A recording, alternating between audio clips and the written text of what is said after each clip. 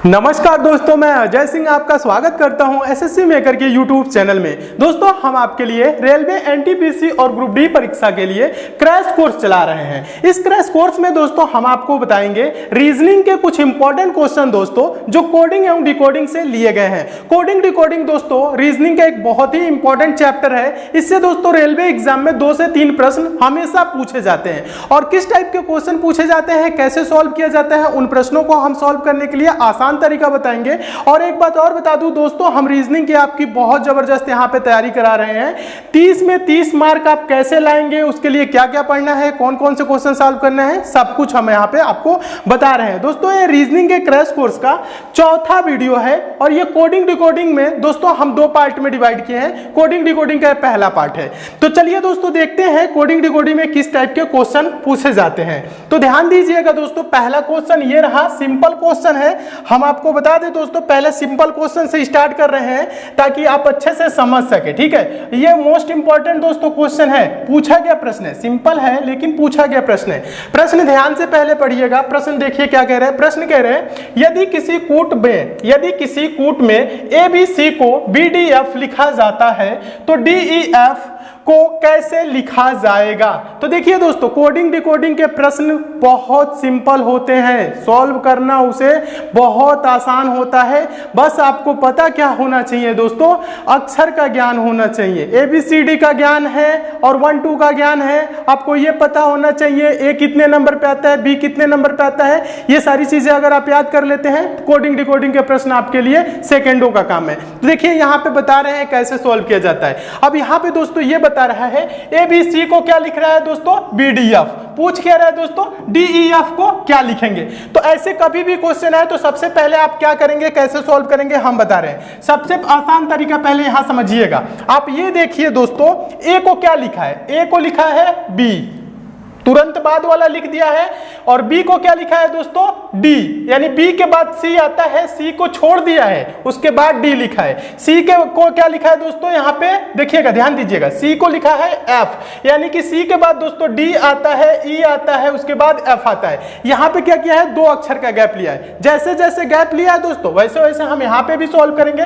D को क्या लिखेंगे दोस्तों, यहाँ पे गैप नहीं लिया था तो यहाँ पे भी हम गैप नहीं लेंगे। D को क्या लिख देंगे, E लिख देंगे। ई को दोस्तों क्या करेंगे, 1 अक्षर का गैप लेंगे, क्योंकि यहां दूसरे वाले पे क्या किया था, 1 अक्षर का गैप लिया था। तो ई को क्या करेंगे, 1 अक्षर गैप लेंगे, एफ छोड़ देंगे, होगा क्या दोस्तों, यहां पे जी हो जाएगा। ठीक है, एफ को दोस्तों क्या करेंगे, 2 अक्षर का गैप लेंगे, एफ के बाद जी और एच को छोड़ देंगे और लिखेंगे क्या दोस्तों, आई।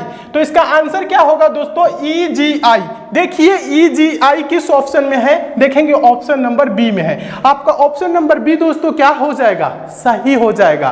तो मैं उम्मीद करता हूं दोस्तों आप इस प्रश्न को बहुत अच्छे तरीके से समझ गए होंगे।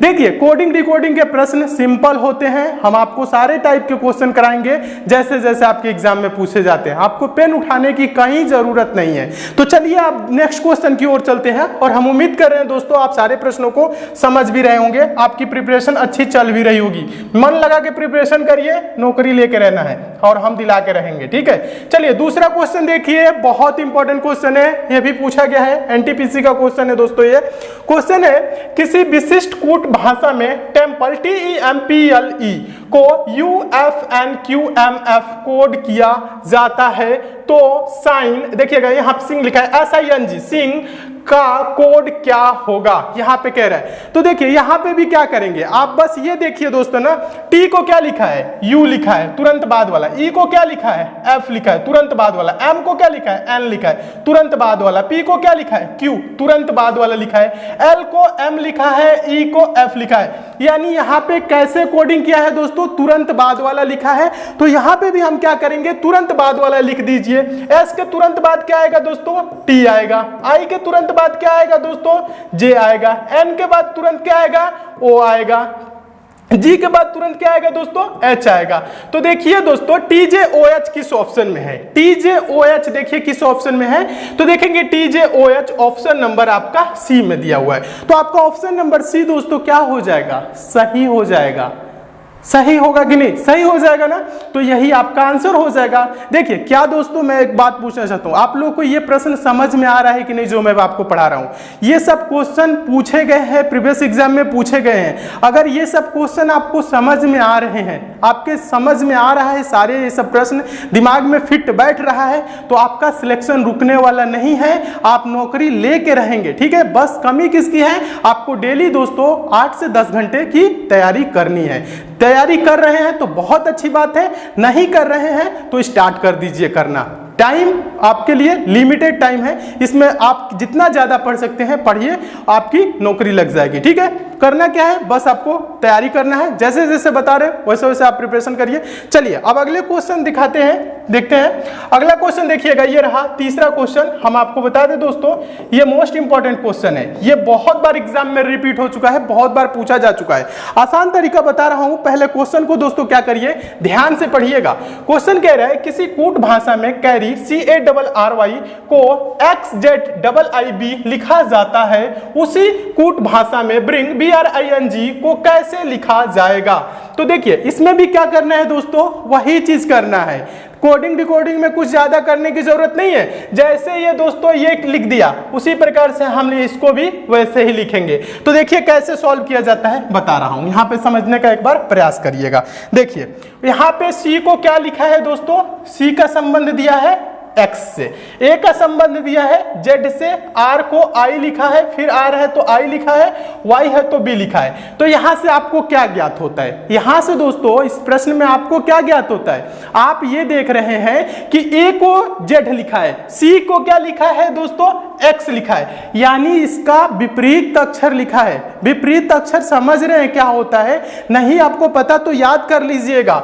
A दोस्तों इधर से पहले पे है तो उधर से Z, यहां से ABCD हम अगर स्टार्ट कर रहे हैं तो यहां पे Z होगा, तो इधर से हम काउंट कर रहे हैं तो A पहले पे है, उधर से काउंट करेंगे तो Z पहले पे होगा, होगा कि नहीं? तो A का विपरीत कौन हो जाएगा, Z हो जाएगा। B दोस्तों इधर से काउंट करेंगे दूसरे पे होगा, और इस Z के पहले दोस्तों क्या आता है, Y आता है, उधर से जब Z से काउंट करेंगे तो ये दूसरे पे Y आ जाएगा, तो B का विपरीत क्या हो जाएगा, Y हो जाएगा। इस प्रकार से सभी हो जाएंगे। तो आप याद कर लीजिएगा, नहीं याद कर पाएंगे तो बोलिएगा, शॉर्ट ट्रिक भी बता दूंगा कैसे याद किया जाता है। तो चलिए यहां पे अब मैं आपको क्वेश्चन की ओर लेके चलता हूं, समझिएगा।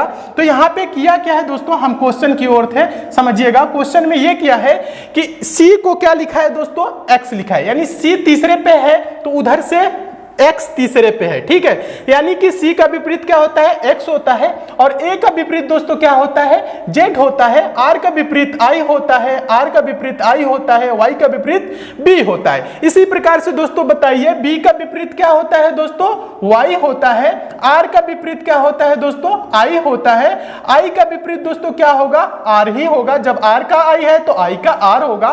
N का दोस्तों क्या होगा, N का क्या होगा दोस्तों बताइएगा, M होगा। G का दोस्तों क्या होगा, T होगा।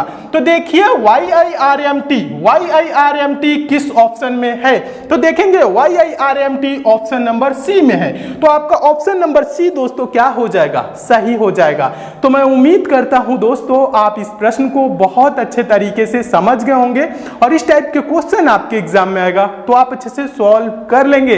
ऐसे ही क्वेश्चन एग्जाम में पूछे जाते हैं, और ऐसे प्रश्न आपके समझ में आ रहा है, आपको अच्छे से समझ में आ रहा है, तो आप लोगों की दोस्तों सिलेक्शन होना तय है, आपकी नौकरी लगेगी। बस करना क्या है दोस्तों, जैसे जैसे पढ़ा रहा हूं इसे नोट करिए, और इस पर मैं आपको आगे और क्वेश्चन भी दूंगा प्रैक्टिस के लिए, तो उसे भी आपको करना है। पहले जितना समझा रहा हूं उतना समझिए और लिखते हुए चलिएगा। चलिए अगला क्वेश्चन देखिएगा, चौथा क्वेश्चन। चौथा क्वेश्चन भी काफी इंपॉर्टेंट क्वेश्चन है, यह भी हम आपको बता दें दोस्तों, मोस्ट इंपॉर्टेंट क्वेश्चन है, रिपीटेड प्रश्न ये भी है। प्रश्न देखिएगा बहुत इंपॉर्टेंट है, पहले पढ़ के समझने का प्रयास करिए। बहुत से स्टूडेंट ये बोल रहे हैं कि सर क्वेश्चन सिंपल करा रहे हैं। एक बार आप लोग क्या करिए ना, प्रीवियस सर का पेपर देख लीजिए, जब देखेंगे तो क्वेश्चन समझ में आ जाएगा। और यहाँ पे दोस्तों अगर मैं लॉन्ग मेथड से प्रश्न कराऊं तो आपको लगेगा हाँ क्वेश्चन में दम है, लेकिन क्वेश्चन में किसी भी रेलवे के एग्जाम में कोई भी क्वेश्चन हो, मैथ का, रीजनिंग का, दम नहीं होता है। अगर आप प्रिपरेशन करते हैं, तैयारी कर रहे हैं, तो आपके लिए सब आसान है। बस आपको क्या करना है, समझना है। और मैं क्या करता हूं ना, क्वेश्चन को सिंपल वे में समझा देता हूं, आसान भाषा में समझा देता हूं। आपको लगता है प्रश्न तो बहुत सिंपल था, एक बार प्रश्न को जब आप अपने आप से, उसीलिए बोलता हूं जब प्रैक्टिस के भी तौर पे लेंगे तो इससे क्या होगा दोस्तों, आपको लगेगा हाँ क्वेश्चन में दम है, सर ने सिंपल भाषा में समझाया है। ठीक है, देखिए यहां पे देखिए क्वेश्चन कह रहा है, देखिएगा इंपॉर्टेंट क्वेश्चन है। क्वेश्चन है यदि पाइप PIPE को 169165 लिखा जाता है तो स्वान SWAN का अंतिम अंक क्या होगा। यहां पे पूछ रहा है कि SWAN का अंतिम अंक क्या होगा। तो देखिए ज्यादा कुछ करने की जरूरत नहीं है, आप बस पहले ये देखिए यहां पे ये पाइप को दोस्तों 169165 कैसे लिखा है। तो दोस्तों यहां पे ध्यान दीजिएगा, P कितने नंबर पे आता है दोस्तों, 16 नंबर पे आता है। I कितने नंबर पे आता है, 9 नंबर पे आता है। P कितने नंबर पे आता है, 16 पे आता है।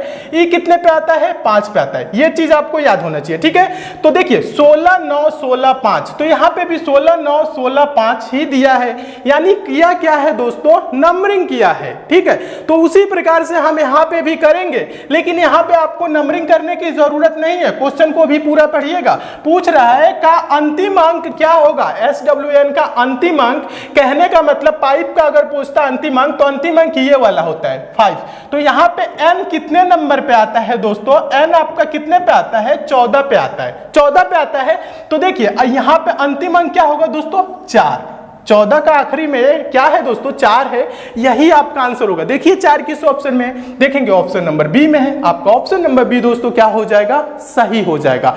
तो मैं उम्मीद करता हूं दोस्तों आप इस प्रश्न को भी बहुत अच्छे तरीके से समझ गए होंगे और इस टाइप के भी क्वेश्चन आपके एग्जाम में आएगा तो आप अच्छे से सॉल्व कर लेंगे। ऐसे ही क्वेश्चन हमेशा एग्जाम में पूछे जाते हैं, आप लोग बस पढ़ते रहिए। चलिए, और क्वेश्चन समझ में आ रहा है दोस्तों तो आप वीडियो को लाइक जरूर कर दीजिए, शेयर भी फटाफट कर दीजिए।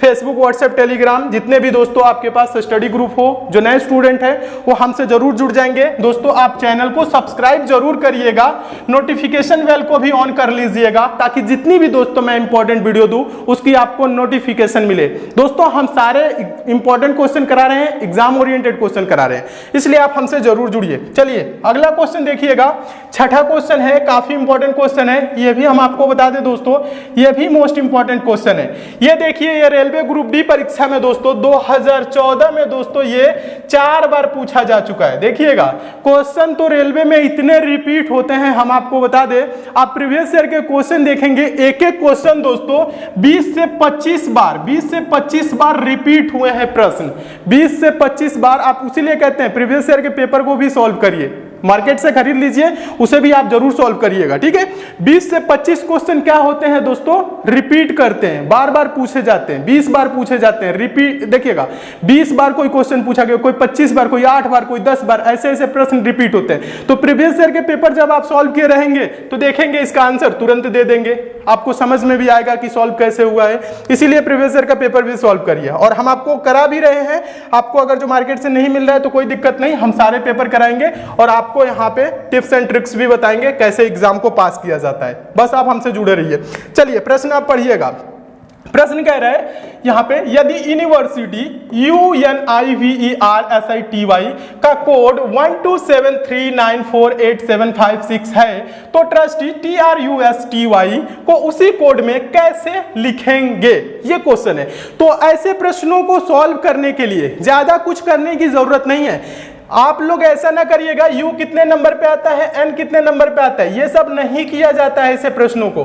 बस आप ये देखेंगे दोस्तों, यहाँ पे पूछ क्या रहा है, ट्रस्टी पूछ रहा है TRUSTY। तो यहाँ पे आप देखेंगे क्या यूनिवर्सिटी में दोस्तों ट्रस्टी है, यानी कि देखिए T है R है, यूनिवर्सिटी में देखिए T है R है, इसमें U है S है, इसमें देखिए U है S है, फिर इसमें T है Y है, तो इसमें भी देखेंगे T है Y है।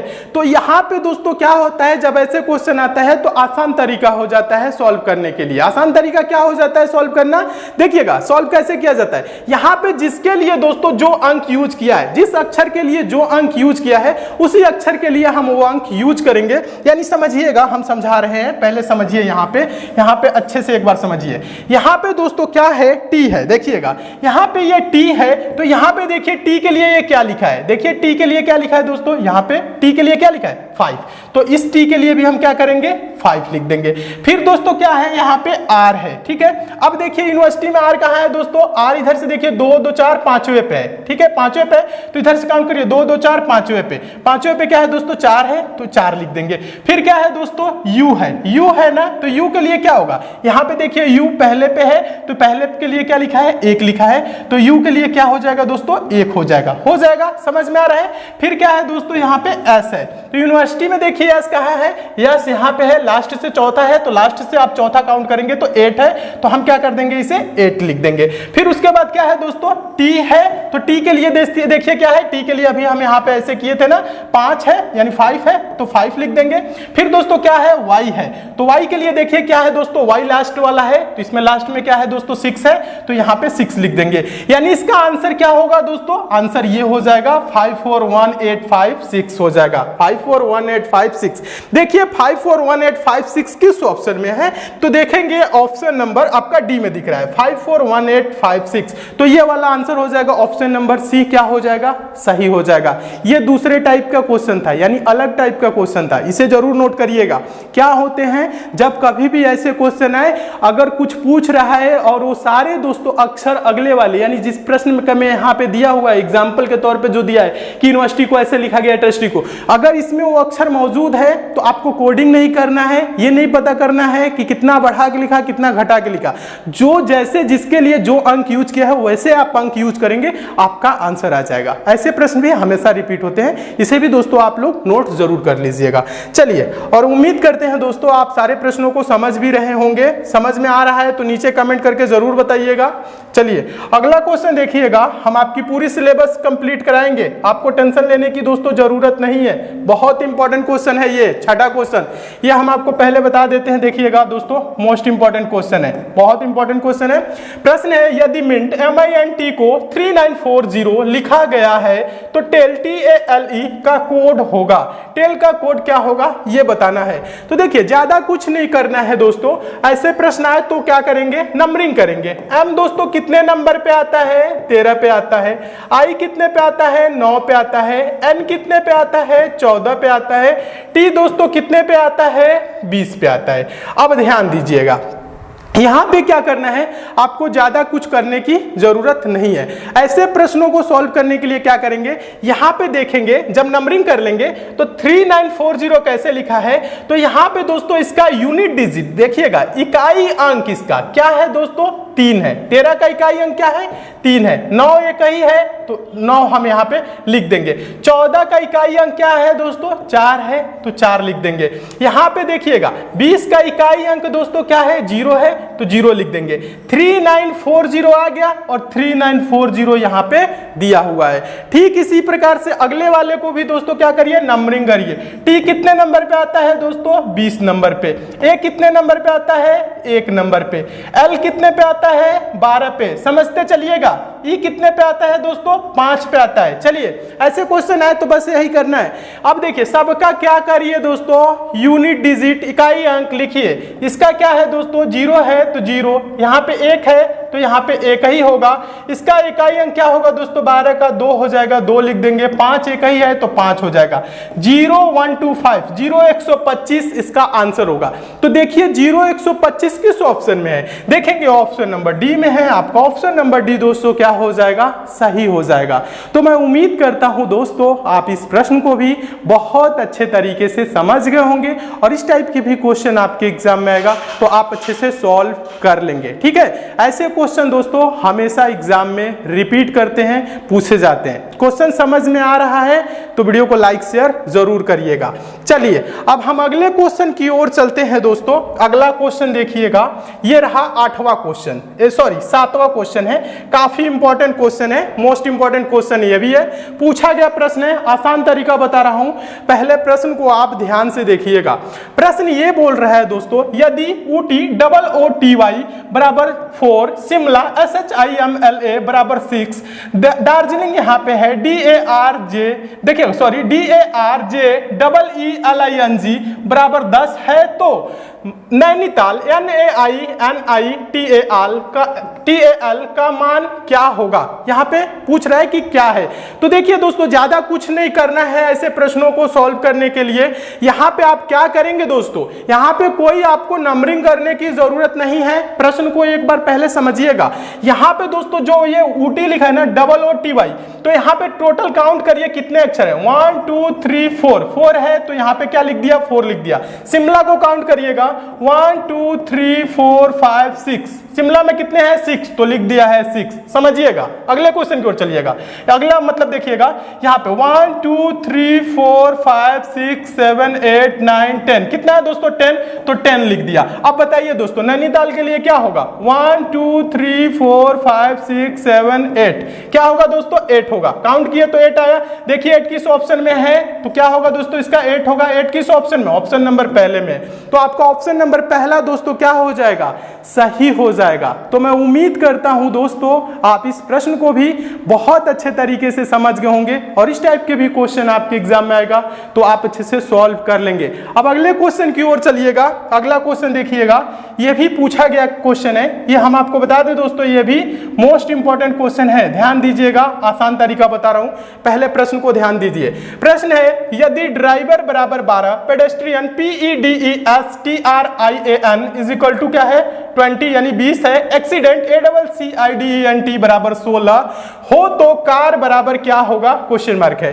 तो देखिए इसमें भी आपको ज्यादा कुछ नहीं करना है। आप ऐसे ना सोचने लगिएगा कि D 4 नंबर पे आता है, R कितने पे आता है, सब कुछ नहीं, ऐसा नहीं सोचना है। ऐसे आपको सोचने की जरूरत नहीं है। ऐसे प्रश्नों के लिए आप क्या करेंगे, काउंटिंग करेंगे। टोटल ड्राइवर में देखिए कितने अक्षर हैं, 1 2 3 4 5 6 है, 6 है दोस्तों, और लिखा क्या है दोस्तों, 12 लिखा है, यानी किया क्या है दोस्तों, 2 गुना कर दिया है। पेडेस्ट्रियन में काउंट करिए, 1 2 3 4 5 6 7 8 9 10, क्या है दोस्तों, यहाँ पे 10 है, 10 को लिखा क्या है दोस्तों, 20 लिखा है, यानी किया क्या है दोस्तों, 2 गुना कर दिया है। एक्सीडेंट में काउंट करिएगा, 1 2 3 4 5 6 7 8, कितना है दोस्तों, 8 है, और लिखा क्या है दोस्तों, 16 लिखा है, किया क्या है दोस्तों, 2 गुना कर दिया है। समझ में आ रहा है, यहाँ पे अक्षरों को काउंट करके 2 गुना लिख रहा है। तो कार में काउंट करिए, 1 2 3, कितना है, 3 है, तो लिखेंगे क्या दोस्तों, इसको भी हम 2 गुना कर देंगे, हो जाएगा 6, यानी इसका आंसर क्या होगा,